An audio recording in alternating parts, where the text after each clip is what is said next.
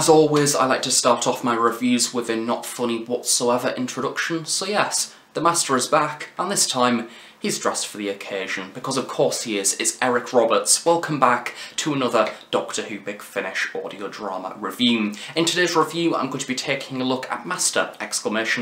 Which is of course a recent release from Big Finish, which is available to order on the Big Finish website. Now, the physical CD box set is £19.99 and the download is £16.99. There is also a trailer that can be listened to on the Big Finish website, alongside additional story details. This box set is in fact split into 3 stories, all of which are kind of interlocking into one big story, making it for a perfect introduction of this previously rather unrepresented version of the Master. So taking a look at the production credits on the Big Finish website, the cover artist for this release is Simon Hollab. He's done an excellent job, a really lovely cover art, and it's great to see Eric Roberts with the grey hair looking very cool indeed. The director is Jason Haig-Ellery and Jamie Anderson. The music has been created by Howard Carter. The producer is David Richardson, the script editor is Matt Fitton, with sound design by Howard Carter, and the executive producers are Nicholas Briggs and Jason Haig-Ellery. The overall production for this series is in fact very big and impressive. It's very cinematic and puts me in the mindset of the War Master series and the Gallifrey series, which is a very good start indeed, because those are box sets I do very much enjoy listening to, and I was very intrigued to see what Big Finish were going to do with this version of the Master.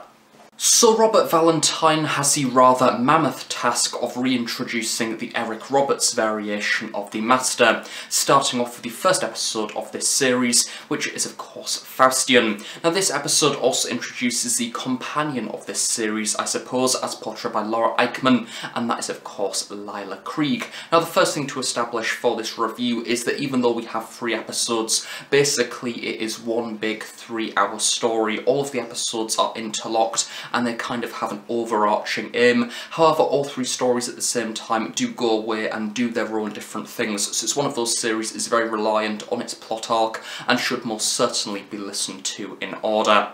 So Faustian is basically the regeneration story. We see the reintroduction of the Eric Roberts version of the Master, and as a result, for the bulk of the runtime, you're kind of listening in anticipation of this version of the Master to be brought back to life. And of course, due to the characteristics of the Master, we have seen resurrections many times before. We have of course seen many different unusual variations of this Master, from the decayed versions within the classic series, of course the Deadly Assassin, the Keeper of Traken, but also within the new series as well, the likes of course the resurrection within the End of Time. And this one is rather similar. They're basically using technology to bring the atoms of the Master back to life after being basically disposed of in the depths of space, and as a result we kind of have the Master latching on to Laura Eichman's character and basically using her as a puppet in a way. However, she still has full control of her body, so she's kind of a puppet without even realising it. She's basically manipulated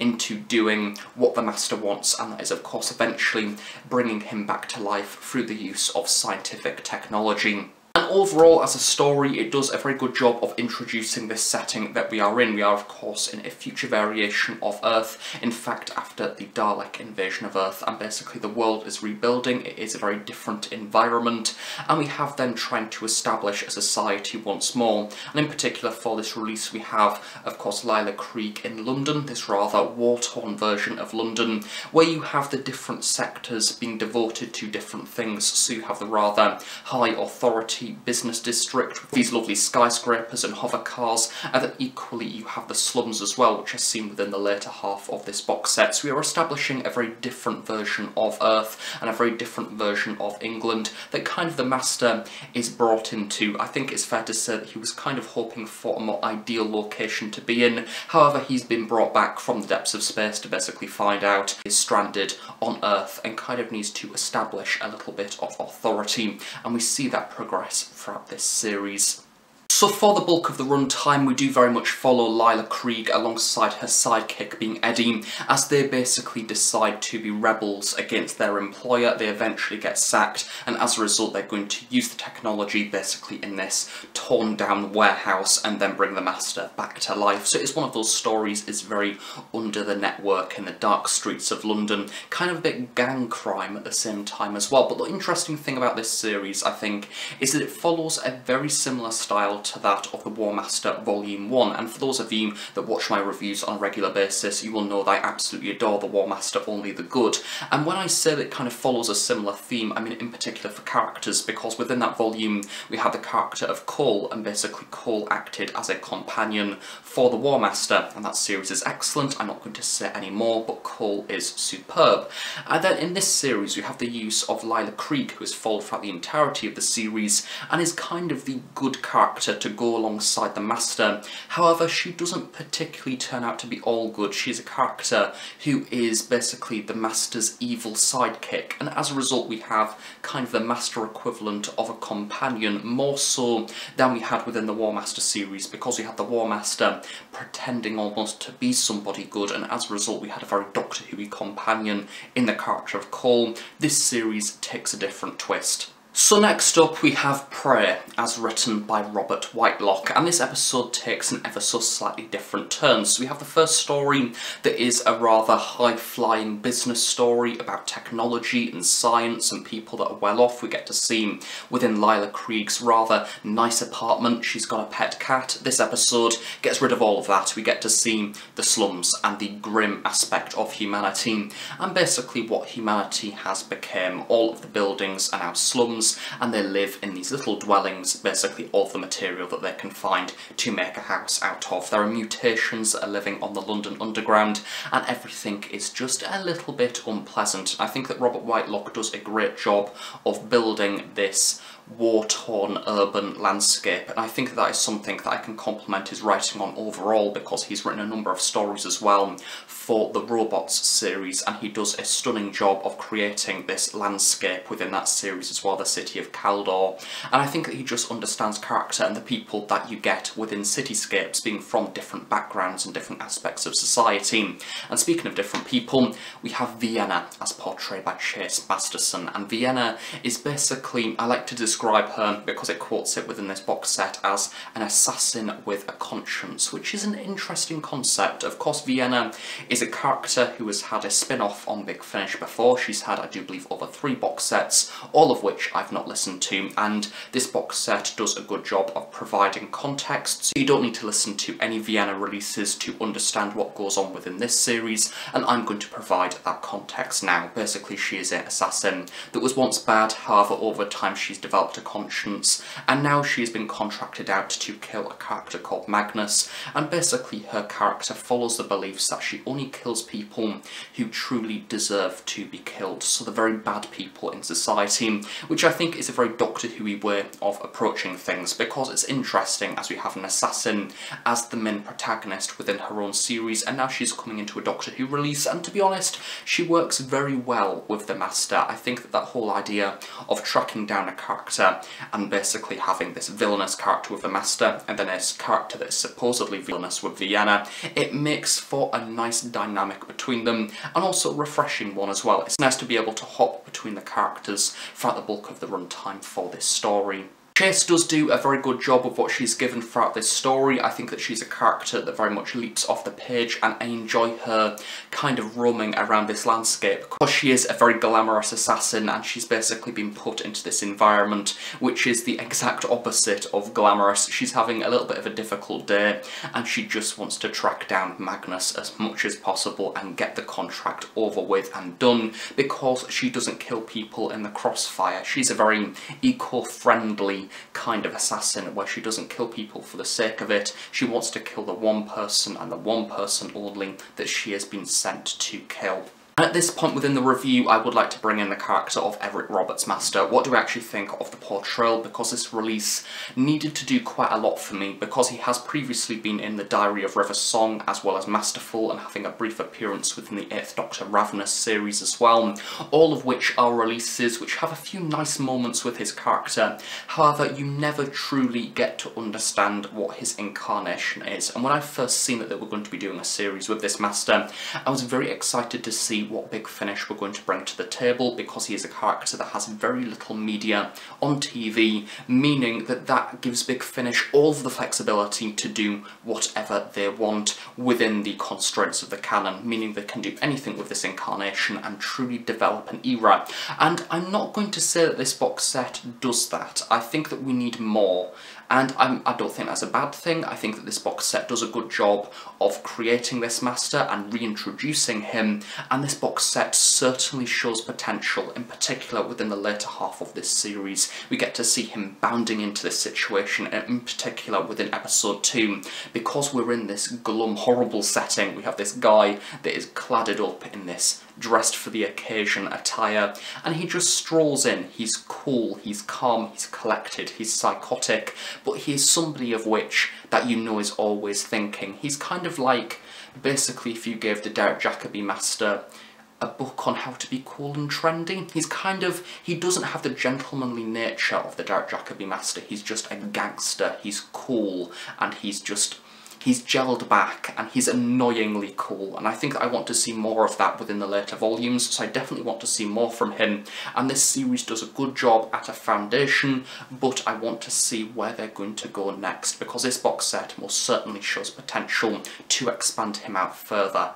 Said potential is seen within the third and final story of this box set, being Vengeance, as written by Matt Fitton, and that is because we get to see the continuation of the Vienna storyline, but also the reintroduction of the Daleks, and something of which that didn't click for me to start with is that this master has a little bit of a grudge against the Daleks, because the previous time that he's seen the Daleks was at the very start of the TV movie, where they basically kill him within a trial, and of course the Doctor needs to take his remains back to Gallifrey. So it's a really lovely tie to the movie and the previous events that we already know within said movie. So as a result, this master is using his calm and collected psychotic manners to basically go and kill some Daleks and really enjoy it. And this is the episode where Eric Roberts excels as this master. And something that I'm going to say straight away is that we have a new Dalek throughout this story, and it's not really much of a spoiler, it's just a cool thing that they've done. A Dalek litigator, a Dalek lawyer, and being a law student, I love it. I love the concept. He's a very interesting Dalek, and I want to see more of him in the future, because I don't think it's the end for this character. I hope that he will become just as known as the Dalek time strategist, and equally having a Dalek that wears a little woolen wig and has a little gavel is simply an image that I just love and I can't get out of my head. So yes, a great contribution to this story and an interesting aspect. Without being too spoilery, Laura Eichmann also does a very good job of Lila Krieg. Throughout the entirety of this series, we do get a development with the character. She starts off as a sidekick to the Master, and then as we progress throughout the stories, we basically get to see her having an equal footing. It kind of becomes a business partnership, and as a result as well, simply from being around this version of the Master, basically being hypnotised by his ways, and not in the usual hypnotic ways of him literally using the eyes, but simply just being around this character that has so much command and villainous. I think that Robert Valentine describes him in the behind the scenes as vicious, and he is vicious. He's a vicious master, however not in the truly evil way that the Derek Jacobi master is, and I think that's interesting. But with the Laura Eichmann character of Lila Krieg, I think that she definitely develops throughout this series. She starts to develop a slight conscience, but also she's been tainted by the master as well. She's a character that isn't all good, and I'm not going to explain why.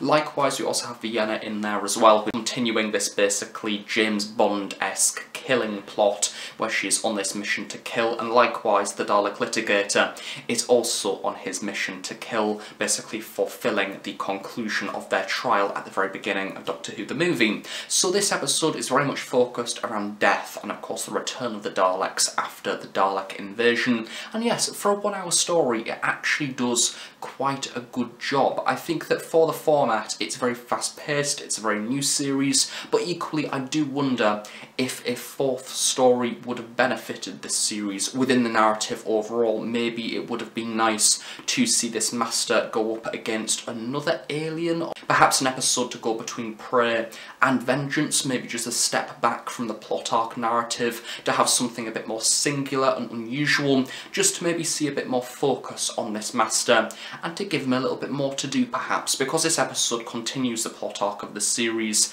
and we basically have an epic conclusion which which I'm not going to say. I think it certainly leaves it open for more stories in the future. I think it's clear from the behind the scenes that they want to do more stories in the future, and it's also clear that Eric Roberts very much enjoyed returning as the Master. I think that he also would like to do more in the future as well. So yes, overall for this story, I think it does a good job of writing the Daleks. I think that Matt Fitton in the past, I've seen a few episodes with him, I think when he's been writing for the Daleks for the 8th Doctor Time War series, and sometimes that they can fall within the same format of a Dalek story. It has the same style, but this episode has a bit more character. It's a mission, an assassination mission, and as a result these Daleks are a bit more vicious than usual and a bit more snappy. So yes, that was very much a joy to listen to, much like the vast majority of this box set. So yes, in conclusion, for Master, exclamation mark, it is a promising box set. It has a lot of fun with these characters, and it's great to see Eric Roberts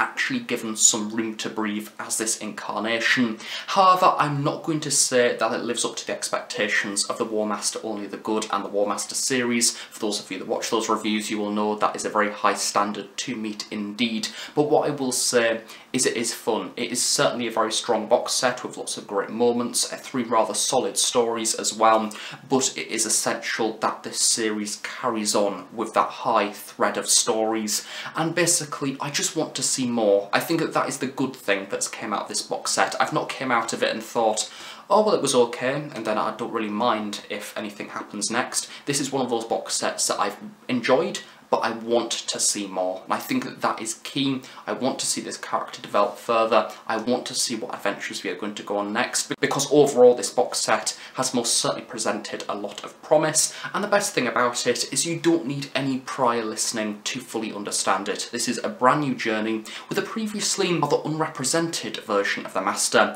and I'm very excited to see where it goes next. So thank you very much for watching this review. I really hope you have enjoyed it. Do of course stay tuned on The Host Productions for brand new Doctor Who content each and every week. Of course there is a lot of exciting releases coming up in the future, including Dalek Universe and many other releases as well. And I hope you enjoy those reviews whenever they are released. So thank you very much for watching, and I shall see you all next time. Have a nice day, and bye for now.